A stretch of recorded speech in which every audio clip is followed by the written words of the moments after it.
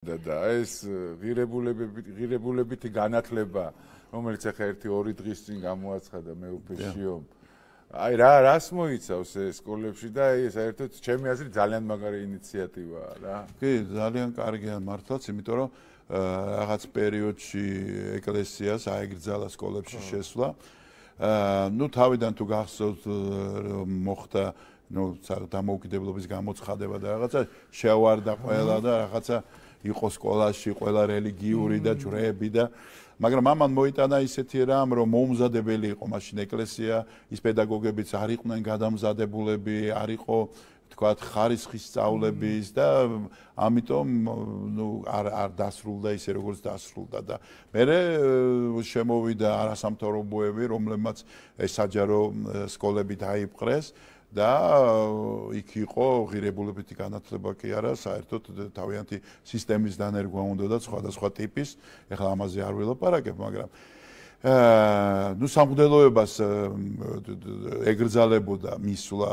სკოლაში რაღაც გამოლაპარაკებაც კი ან სკოლის კურთხევა თუ მოინდომებდა მაშინ უნდა მოეწვიათ საბჭო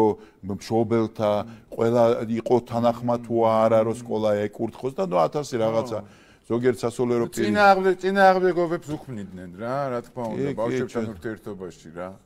ეს ძალიან ძიმეთ იყო სიტუაცია და აი ეს დღეს აი ხელი ინიციატივა ცოტა ესე გავაკეთეთ რომ ნელ-ნელა ეტაპობრივად დავიწყეთ ამ საქმის კეთება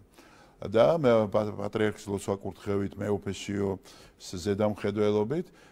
მოხდა ეს ღირებულებითი განათლების კუთხით შესვლა ეკლესიაში თავიდან ჩვენ გავაკეთეთ ესეთი ორგანიზაცია იცანი სახელწოდება სადაც სპექტაკლებს ვდგავთ გამოჩენილ ქართველ მამულიშვილებზე წმინდანებზე თქვა გრიგოლ ფერაძე ნაზარი ქეთევან დედოფალი იგი 9 ძმა ხერხეულიძე და შევედით სკოლებში სწორედ ამ სპექტაკლებით რომ ბავშვისთვის ძალიან კარგი ადვილი ასახმელი ყოფილიყოს რაზეა ლაპარაკი და ისე უხარიათ ისეთი რეზონანსი მივიღეთ ისეთი გამოხმაურება რომ მთელი სკოლები ფთხოვდნენ შემოსვლას და ჩვენებას ამ სპექტაკლისას ასევე უმაღლეს სასწავლებლებშიც დავდიოდით ამას მოყვა შემდეგ უკვე მოხდლის საუბარი სასულიერო პირის იმ თემაზე რაზეც იყო სპექტაკლი თქვა გრიგოლ ფერაძეზე უფრო გაშლიდა გრიგოლის მოღვაწეობას ის რაც სპექტაკლში არ იყო თქვათ იქ 9 ძმა ხერხეულიძეზე ილაპარაკებდა ხო ამ